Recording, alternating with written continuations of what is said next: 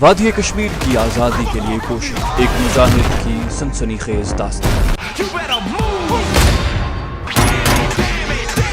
आपके लिए पेश खिदमत है मिशन कश्मीर। सुबह ठीक 8 बजे करीम भाई मेरे होटल पहुंच गया। नाश्ते पर मैंने उसे बताया कि मिस्टर पांडे पर मैंने अपनी गुफ्तगू और जैन धर्म की बातों से इतना गहरा असर जमा लिया है कि वो चाहता है कि मैं होटल छोड़कर उसके बंगले में चला जाऊं। करीम भाई कहने लगा, मेरा ख्याल है तुम आज शाम होटल छोड़कर मिस्टर पांडे के यहाँ चले जाना और जितनी जल्दी हो सके उससे ये मालूम करने की कोशिश करना कि नेपाम रॉकेट बमों वाली असलहे की फौजी गाड़ी जम्मू कब और किस वक्त देवलाली से रवाना होगी। ये मालूम करना बहुत जरूरी है क्योंकि ये गाड़ी देवलाली और जम्मू तवी के दरमियान ही किसी जगह तबाह होनी चाहिए। अगर उस फौजी माल गाड़ी का असलहा कश्मीर पहुंच गया तो उसमें जो नेपाम रॉकेट बम हैं वो कश्मीर मुजाहिदीन के मोर्चों में तबाही मचा देंगे और कश्मीरी मुसलमानों के घरों को जलाकर खाकिस्तर कर देंगे। मैंने कहा, करीम भाई ये तुम भी जानते हो कि इतनी जल्दी इतने टॉप सीक्रेट की बातें मिस्टर पांडे से मालूम करनी बहुत मुश्किल है, लेकिन मेरा टारगेट यही है कि मैं पूरी कोशिश करूंगा कि जितनी जल्दी हो सके एमुनेशन वाली इस फौजी गाड़ी के बारे में मालूमात हासिल कर लूं। करीम भाई उठ खड़ा हुआ, कहने लगा, एक बात याद रखना, रॉ के चीफ मिस्टर पांडे के बंगले से मुझे हरगिज फोन न करना। वो भारत के टॉप सीक्रेट सर्विस का चीफ है। उसके घर से जो फोन किया जाता है या बाहर से जो फोन आता है उसको अहमदाबाद की सेंट्रल इंटेलिजेंस पुलिस का खास अमला रिकॉर्ड करता है और पूरी चेकिंग के बाद मालूम कर लेता है कि फोन कहां से किया गया और बाहर से फोन कहां से आया था। मुझे फोन करने की जरूरत पेश आए तो रेलवे स्टेशन, पोस्ट ऑफिस के टेलीफोन बूथ या किसी पब्लिक टेलीफोन बूथ से फोन कर लेना। आगे तुम इन बातों को बेहतर समझते हो, आखिर तुम एक ट्रेंड कमांडो सिपाही हो। मैं करीम भाई को छोड़ने कमरे के दरवाजे तक आया। उसने दरवाजा खोलने से पहले मेरे कंधे पर हाथ रखकर आहिस्ता से थपथपाते हुए मेरा नाम लेकर कहा, तुमने मिस्टर पांडे तक पहुंचने की जो कामयाबी हासिल की है मैं उसे इंतहाई मामूली कामयाबी समझता हूँ। असल मरहला अब सामने आया है। ये वो मरहला है कि जहां तुम्हारी कमांडो ट्रेनिंग, तुम्हारी फरासत, चालाकी और अय्यारी को परखा जाएगा। तुम्हारे असल इम्तिहान का वक्त आ गया है। यहाँ मैं भी तुम्हारी कोई मदद नहीं कर सकता क्योंकि मुझे कमांडो स्पाइंग की ना तो कोई बाकायदा ट्रेनिंग मिली है और ना मुझे इन बातों का कोई तजुर्बा है। तुम्हें खुद हालात का एक ज़हीन कमांडो की तरह जायजा लेना होगा, खुद ही ऑर्डर इशू करना होगा और खुद ही उस ऑर्डर पर इस तरह अमल करना होगा कि तुम टारगेट मार लो। मैं तुम्हें जाते हुए एक ही बात कहूंगा कि देवलाली के एमुनेशन डिपो से जम्मू तवी जाने वाले असलहे की फौजी ट्रेन का तबाह होना लाजमी है। वो दरवाजे की तरफ बढ़ते बढ़ते रुक गया, मेरी तरफ घूर कर देखा और बोला, अब तुम्हें बेहद एहतियात बरतने की जरूरत है। तुम रॉ के चीफ के बंगले पर रह रहे हो। अहमदाबाद की सेंट्रल इंटेलिजेंस के आदमी तुम्हारी निगरानी शुरू कर देंगे। मैं तुम्हें कभी वहाँ कयाम करने का मशवरा न देता, लेकिन ये हमारी मजबूरी है। तुम अगर बाहर किसी जगह ठहरते और मिस्टर पांडे से राहो रस्म रखते तब भी खुफिया पुलिस तुम्हारी निगरानी शुरू कर देती। बाहर रहकर तुम्हारी गिरफ्तारी बड़ी आसान थी, मगर रॉ के चीफ के मेहमान बल्कि गुरु की हैसियत से पुलिस उस वक्त तक तुम पर हाथ नहीं डाल सकती जब तक कि उसके पास कोई ठोस सबूत न हो और तुम्हारा मिस्टर पांडे के करीब रहना बहुत जरूरी है। इस दफा तुम मुझसे फोन पर राब्ता करोगे, उसके बाद कोई पैगाम वगैरह देना हो तो मुझे रात 12 बजे और 1 बजे के दरमियान रेडियो ट्रांसमीटर पर कोड अल्फाज में पैगाम देना। मैं हर रात 12 बजे से 2 बजे तक अपने तहखाने वाले क्वार्टर में मौजूद हूँगा। मैंने कहा, मगर मेरे पास कोई मनी ट्रांसमीटर नहीं है। सिगरेट केस वाला ट्रांसमीटर मैं अपने पास नहीं रख सकता क्योंकि मीनाक्षी और मिस्टर पांडे को मालूम है कि मैं सिगरेट नहीं पीता। करीम भाई ने अपने होंठों पर उंगली रखकर मुझे खामोश रहने का इशारा किया, फिर दरवाजे का गोल हैंडल घुमाकर एकदम से दरवाजा खोल दिया। बाहर कोई नहीं था, कॉरिडोर खाली पड़ा था। उसने दरवाजा बंद कर दिया। मुझे शक सा हुआ कि बाहर कोई हमारी बातें सुन रहा है। बहरहाल तुम्हारे लिए छोटे रेडियो ट्रांसमीटर का इंतजाम कर दूंगा। हो सकता है मैं 1 घंटे बाद तुम्हें रेडियो ट्रांसमीटर भेज दूं। वही लड़का जो फूल लाया था 1 घंटे बाद एक और फूलों का गुलदस्ता लेकर आएगा। गुलदस्ते में तुम्हें एक लिफाफा मिलेगा। इसी लिफाफे में तुम्हारे लिए छोटा रेडियो ट्रांसमीटर मौजूद होगा। मेरे तहखाने वाले ट्रांसमीटर की फ्रीक्वेंसी और मुझे बुलाने के लिए सिग्नल तो तुम्हें ज़बानी याद होंगे। मैंने कहा, हाँ मुझे याद है। ठीक है, अब मैं चलता हूँ। मेरी दुकान पर बिल्कुल ना आना और रेलवे लाइन वाले तहखाने का रुख भी इंतहाई देखभाल के बाद करना क्योंकि आज रात तुम रॉ के चीफ के यहाँ क़याम करने जा रहे हो और कल से अहमदाबाद की खुफिया पुलिस तुम्हारा पीछा करना शुरू कर देगी। खुदा हाफिज। करीम भाई ने आहिस्ता से दरवाज़ा खोलकर कॉरिडोर में झांक कर दाएं बाएं देखा और फिर बाहर निकल गया। मैं दरवाज़ा बंद करके पलंग पर आकर नीम दराज हो गया। मैंने आंखें बंद कर लीं और अपने मिशन के नशीब फराज पर गौर करने लगा। जब तक मैंने मीनाक्षी और उसके बाप और रॉ के अहमदाबाद वाले हेडक्वार्टर के चीफ मिस्टर GD पांडे तक रसाई हासिल नहीं की थी, मैं बड़ी आसानी से रास्ता तय करता जा रहा था। मैं इन्हीं सोचों में गुम पलंग पर आंखें बंद किए लेटा हुआ था कि दरवाजे पर आहिस्ता से ठक ठक हुई। मैंने आंखें खोल दी। दीवार पर लगे हुए क्लॉक ने बताया कि मुझे पलंग पर लेटे 1.25 घंटा गुजर चुका है। मैंने जल्दी से उठकर दरवाजा खोला। बाहर वही लड़का गुलदस्ता लिए खड़ा था। मैंने उससे गुलदस्ता ले लिया। लड़का वापस चला गया। दरवाजे को अंदर से लॉक करके मैंने गुलदस्ता खोल दिया। उसके अंदर लिफाफा था। लिफाफे में एक माचिस की डिबिया के साइज का सिगरेट लाइटर रखा हुआ था। मैंने सिगरेट लाइटर का गौर से मुताला किया। उसका एक पेच यानी स्क्रू निचली तरफ भी लगा हुआ था। मैंने छोटे चाकू की मदद से स्क्रू खोला तो सारा मसला हल हो गया। ये एक इंतहाई ताकतवर छोटा सा ट्रांसमीटर था जिस पर खुफिया सिग्नल भी दिए जा सकते थे और सिग्नल वसूल भी किए जा सकते थे। इस ताकतवर रेडियो ट्रांसमीटर पर बात भी हो सकती थी। मैंने स्क्रू यानी पेच को दोबारा कस दिया और सिगरेट लाइटर अपनी वॉस्कट की जेब में रख लिया। दोपहर को खाना खाकर मैं पलंग पर लेटकर सोचने लगा कि मुझे रॉ के चीफ पांडे के ऑफिस से कश्मीरी मुजाहिदीन आज़ादी के खिलाफ इस्तेमाल होने वाले असलहे की ट्रेन के बारे में सही मालूमात कैसे हासिल हो सकती है। जाहिर है मैं इतनी जल्दी मिस्टर पांडे से इस किस्म का इंतहाई खुफिया राज नहीं पूछ सकता था। वो तो फौरन मुझे दूसरे मुल्क का जासूस समझकर गिरफ्तार करवा देता, खा उसको मुझसे कितना बड़ा फायदा ही क्यों न पहुंचा हो, क्योंकि ये नेशनल सिक्योरिटी का मामला था और हिंदू नेशनल सतह पर बहुत कम गद्दारी का मुर्तकिब होता है। अगर वो मुझे गिरफ्तार न भी करवाता तो कम से कम वो मुझे जम्मू जाने वाली फौजी असलहे की ट्रेन के मुतालिक कुछ न बताता और आगे से बेहद मोहतात हो जाता। मुझे तो अज खुद जम्मू तवी जाने वाली असलहे की गाड़ी का टाइम और तारीख का सुराग लगाना था। ये एक तरह से मेरा पहला इम्तिहान भी था। मैं काफी देर तक गौर करता रहा लेकिन मैं किसी फाइनल नतीजे पर ना पहुंच सका और सो गया। सोकर उठा तो दोपहर के 4:15 बज रहे थे। जल्दी से उठकर गुस्ल किया, कपड़े बदले, माथे पर जैन धर्म के 3 सफेद लकीरें डाली और मीनाक्षी का इंतजार करने लगा। उसने कहा था कि वो शाम के बाद मुझे लेने आएगी।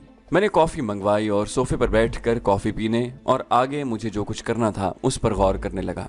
पहले ही मरहले पर इमरजेंसी की सूरत हाल पैदा हो गई थी। करीम भाई की इन्फॉर्मेशन के मुताबिक असलहे की ट्रेन जिसमें नेपाम रॉकेट भारी तादाद में थे इस महीने के आखिर में किसी तारीख को देवलाली से रवाना होने वाली थी।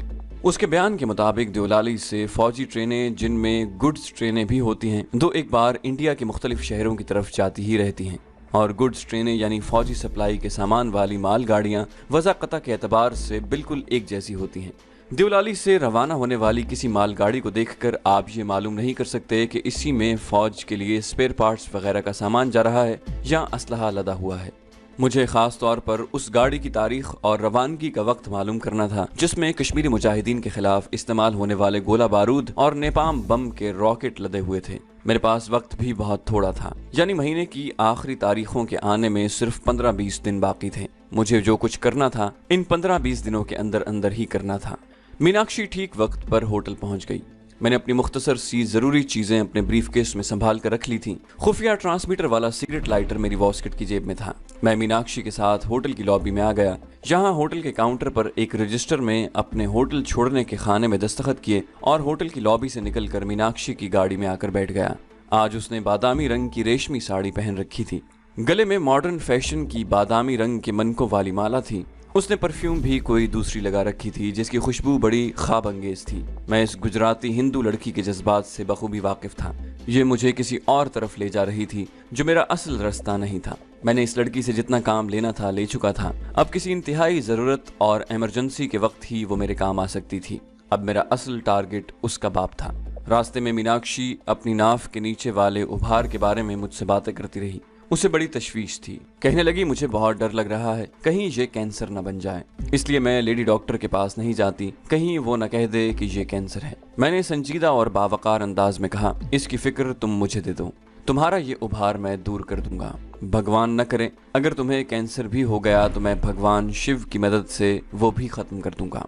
मीनाक्षी ने खौफजदा लहजे में कहा, नहीं नहीं स्वामी जी, मुझे कैंसर नहीं होना चाहिए, मैं तो खुदकुशी कर लूंगी। वो इस किस्म की बातें करती रही और गाड़ी उनके बंगले में दाखिल होकर पोर्च में रुक गई। मिस्टर पांडे मुझे लेने के लिए बल्कि मेरा स्वागत करने के लिए लॉबी में एक मुलाजिमा के साथ खुद मौजूद था। मैं बड़ी शान से गाड़ी में से निकलकर साधु संतों की तरह हाथ ऊपर उठाए मिस्टर पांडे की तरफ बढ़ा जैसे उसे आशीर्वाद दे रहा हूँ। उसने आगे बढ़कर मेरे पांव छुए और बोला, स्वामी जी मेरे धन भाग के आप मेरी कुटिया में पधारें। वो अंग्रेजी की बजाय अब हिंदी जबान में मुझसे बातें करने लगा था जिस तरह चेले अपने गुरु से करते हैं। उसने मीनाक्षी से कहा, मीनाक्षी स्वामी जी को ऊपर उनके कमरे में ले जाओ, मैं अभी आता हूँ। गुर्दे की तकलीफ दूर हो जाने की वजह से मिस्टर पांडे पहले से ज्यादा सेहतमंद और चाको चौबंद था। मीनाक्षी मुझे लेकर ऊपर वाले पोर्शन में आ गई। मुलाजिमा ने मेरा ब्रीफकेस थाम लिया। ऊपर 3 कमरे थे, एक बेडरूम, एक डाइनिंग रूम और एक ड्राइंग रूम। ड्राइंग रूम के आगे एक कुशादा टेरेस यानी बैल्कनी थी। सारे कमरे बड़े खूबसूरती से सजे थे। रेशमी पर्दे, कीमती फर्नीचर किचन और बाथरूम में बहुत आला था। तीनों कमरों में शिव भगवान के रक्स के अंदाज वाले कांसी के बुत कोनों में रखे थे। ड्राइंग रूम की दीवार पर जैन धर्म के बानी महावीर वर्धन की पेंट की हुई तस्वीर लगी थी। इस तस्वीर के दाएं और बाएं जानिब पंडित नेहरू और महात्मा गांधी की तस्वीरें भी लगी थी। मेजों पर फूलों के गुलदस्ते रखे थे। हर कमरे में टेलीफोन लगा था। थोड़ी देर में मीनाक्षी का बाप मिस्टर पांडे भी वहां आ गया। हाथ बांध कर बोला, स्वामी जी कोई कमी रह गई हो तो मुझे क्षमा करना, किसी चीज की जरूरत हो तो हुक्म कीजिए। मैंने कहा सब ठीक है, हम जैन धर्म के साधु भगत हैं, हम तो नंगी जमीन पर भी रात गुजार लेते हैं। रात का खाना मीनाक्षी और मिस्टर पांडे ने मेरे साथ मिलकर वहीं ड्राइंग रूम में खाया। मजबूरन मुझे सब्जियां और दाल खानी पड़ी क्योंकि जैनी सब्जी खोर होते हैं और गोश्त, प्याज, लहसुन वगैरह बिल्कुल नहीं खाते। खाने के बाद मिस्टर पांडे ने मीनाक्षी से कहा, बेटी तू स्वामी जी के पास बैठ, मैं नीचे जाता हूँ, दिल्ली सेक्रेटेरिएट से एक जरूरी कॉल आने वाली है। वो चला गया। दिल्ली सेक्रेटेरिएट से आने वाली जरूरी कॉल का सुनकर मेरा ख्याल अपने मिशन की तरफ चला गया। मैं सोचने लगा कि मिस्टर पांडे को दिल्ली सेक्रेटेरिएट से जो जरूरी कॉलें आएंगी उनका भी ख्याल रखना होगा। हो सके तो उन्हें ऊपर वाले टेलीफोन के जरिए टेप भी कर लेना होगा। मीनाक्षी ने कॉफी ऊपर ही मंगवा ली। हम टेरेस में आकर बैठ गए। दरियाए साबरमती की तरफ से ठंडी हवा के झोंके आ रहे थे। नीचे बागीचे में बिजली के कुमकुमे रोशन थे। ऊंचे तबके के लोगों का इलाका था। बड़े बड़े बागीचों वाली कुशादा कोठियां थीं। ट्रैफिक का शोर बिल्कुल नहीं था। बड़ी पुरसुकून खामोशी छाई हुई थी। मीनाक्षी मुझसे अपने मुस्तकबिल का हाल पूछने लगी। मैं कब इंडिया की सबसे बड़ी डांसर बनूंगी, मेरी शादी किससे होगी, मैं खूबसूरत ही रहूंगी ना, वगैरह वगैरह। मैं उसके हर सवाल का जवाब मुस्कुरा कर देता रहा। मीनाक्षी तुम क्यों फिक्र करती हो, मैं जब तक तुम्हारे साथ हूँ तुम जो चाहोगी वही होगा। मीनाक्षी ने फरते जज्बात से मगलूब होकर मेरे दोनों हाथ अपने सीने से लगा लिए। मैंने जल्दी से हाथ पीछे खींच लिए और उसी के शाने को प्यार से थपथपा कर कहा, अब तू नीचे जाकर आराम कर, मेरा भी प्रार्थना करने का वक्त है। मीनाक्षी ने बड़ी बेबाकी से कहा, स्वामी जी मैं आपके कमरे में न सो जाऊं, डैडी कुछ नहीं कहेंगे, मैं आपके कदमों में सो जाऊंगी। ये लड़की मेरे कंट्रोल से बाहर होती जा रही थी। इसे कंट्रोल करना जरूरी था। मैंने उसे हल्का सा डांटते हुए कहा, मीनाक्षी तुम हमारी प्रार्थना, हमारी तपस्या भंग करना चाहती हो। तुम्हें मालूम नहीं कि महावीर जी को ऐसी बातें नापसंद हैं। जाओ नीचे जाकर सो जाओ। मीनाक्षी कुछ डर सी गई, जल्दी से उठी, मेरे पांव छुए और नमस्कार कहकर साड़ी संभालती वापस चली गई। उसके जाने के बाद मैं भी बेडरूम में आ गया। कुछ देर सोफे पर बैठा शेल्फ में से अंग्रेजी की एक किताब निकाल कर पढ़ता रहा। मुझे क्या खाक प्रार्थना करनी थी। मेरे जहन में तो एक ही ख्याल गर्दिश कर रहा था कि कश्मीर को असलहा लेकर जाने वाली फौजी ट्रेन किस तारीख को और किस वक्त भारत के रेलवे स्टेशन देवलाली से जम्मू तवी की तरफ रवाना होगी और उस ट्रेन का डिपार्चर नंबर क्या होगा। जब मैं सोच सोच कर थक गया और कोई मुनासिब तरकीब मेरी समझ में न आई तो मैं उठकर गुस्ल खाने में आ गया। आईने में अपना चेहरा देखा। मेरी मूछें काफी बड़ी हो गई थी और बाल भी लंबे हो गए थे। मुझे दिल्ली वाले मुजाहिद और अपने साथी और एक तरह से मास्टर सिपाही शेर अली ने मशवरा दिया था कि मैं अपनी मूछें बड़ी कर लूं और बाल भी बढ़ा लूं, क्योंकि मुझे शेर अली के रेस्तोरां वालों ने एक नज़र देख रखा था और ख़ास तौर पर रेस्तोरां के हिंदू लाउंज मैनेजर से तो मेरा तारुफ भी करवाया था। वो मेरी शक्ल से खासा वाकिफ हो गया था और ये बात यहाँ अहमदाबाद में मेरे लिए ख़तरनाक साबित हो सकती थी। दिल्ली के मास्टर सिपाही शेर अली ने उससे मेरा तारुफ अपना भांजा कहकर कराया था। इस हिसाब से हिंदू लाउंज मैनेजर को मालूम था कि मैं हिंदू नहीं बल्कि मुसलमान हूँ, जबकि अहमदाबाद में हिंदू जैनी के रूप में अपनी कमांडो जासूसी सरगर्मियां जारी रखे हुए था। असल में उस वक्त तक शेर अली मेरे मिशन से आगाह नहीं था कि मैं इतने अहम और नाजुक मिशन पर इंडिया में आया हूँ। उसे अपनी गलती का शिद्दत से एहसास हुआ था और उसने मुझे हिदायत की थी कि अब मैं यही करूँ कि अपना हुलिया थोड़ा बहुत तब्दील कर लूँ। मास्टर सिपाही शेर अली ने भी मुझे ताकीद की थी कि मैं दिल्ली आऊं तो उसे खुफिया तौर पर रात को मिलूं और कोई पैगाम देना हो या कश्मीरी मुजाहिद कमांडो शेरवान को कोई पैगाम देना हो तो रेडियो ट्रांसमीटर पर उससे कोड अल्फाज में बात करूं। मेरे पास अपने दिल्ली के मास्टर सिपाही शेर अली और कश्मीरी मुजाहिद कमांडो शेरवान दोनों के ट्रांसमीटरों के फ्रिक्वेंसियां और खुफिया सिग्नलों के इशारे मौजूद थे। गुस्ल खाने के आईने में ही मैंने अपनी पेशानी पर बने हुए जैनी हिंदुओं के तिलक के निशान देखे। मुझे हंसी आ गई। मैंने वहीं तौलिए से रगड़ कर निशान मिटा दिए, फिर मुंह हाथ धोया। सुबह को मुझे फिर ये तिलक के निशान माथे पर लगाने थे। ये मेरे मिशन का तकाजा था। इसके बाद मैंने बेडरूम के सिवाय पलंग के टेबल लैंप के बाकी सारी बत्तियां बुझा दी। बालकनी को खुलने वाले दरवाजे पर पर्दा लटक रहा था। मैंने पर्दे को थोड़ा सा एक तरफ हटाकर बाहर देखा। बालकनी के ऊपर से मिस्टर पांडे के बंगले का गेट और बंगले के आगे से गुजरने वाली छोटी सी सड़क का सारा मंजर बाग के कुमकुमों की रोशनी में देखा जा सकता था। मैं जानता था कि इस बंगले के बाहर सीक्रेट पुलिस के 2-1 आदमी जरूर ड्यूटी पर मौजूद रहते होंगे और उन्होंने एक जैनी स्वामी के रूप में मुझे बंगले में पांडे की बेटी के साथ आते जरूर देखा होगा। बंगले का गेट बंद था। बाहर एक चौकीदार स्टूल पर बैठा पहरा दे रहा था। सड़क खाली पड़ी थी। वक्त रात के 10:15 बजे का था। मुझे वहां सिवाय गोरखा चौकीदार के और कोई आदमी नजर न आया। मैं पीछे हटने को ही था कि एक साया सा एक दरख्त के पीछे से निकलकर कोठी के गेट के करीब से आगे निकल गया। चंद कदम आगे जाकर ये इंसानी साया रुक गया। यहाँ रोशनी थी।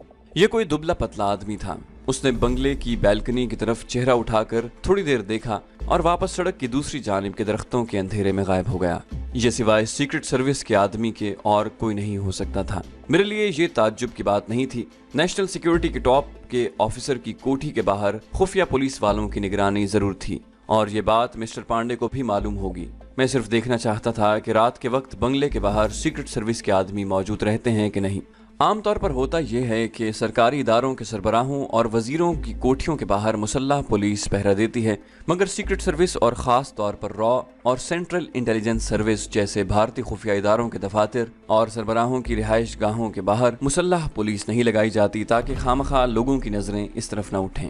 इन इदारों को जानबूझकर नामालूम, मामूली और गुमनाम सा रखा जाता है।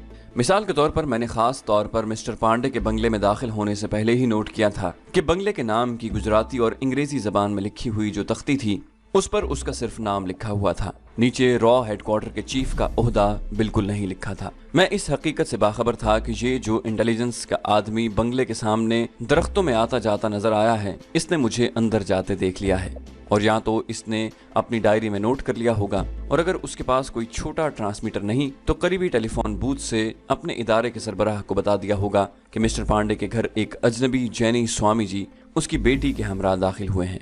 मुझे ये भी मालूम था कि खुफिया पुलिस वालों को कल ही पता चल जाएगा कि मैं मिस्टर पांडे के बंगले पर ठहरा हुआ हूँ और कल ही से मेरी निगरानी शुरू हो जाएगी। एक आदमी की ड्यूटी लगा दी जाएगी जो मेरे पीछे लगा रहेगा और मेरी नकलो हरकत नोट करता रहेगा और जहाँ जहाँ मैं जाता हूँ उससे अपने बॉस को आगाह करता रहेगा। मुझे इसकी परवाह नहीं थी क्योंकि एक तो मुझे ऐसे खुफिया पुलिस वालों से निपटने की ट्रेनिंग मिली थी, दूसरे मैंने अपनी नकलो हरकत बहुत ही मोहतात रखनी थी। मैं टेरिस वाले पर्दे को ठीक करके पलंग पर वापस आकर लेट गया, आंखें बंद कर ली और सोने की कोशिश करने लगा। अभी मुझे पूरी तरह नींद नहीं आई थी।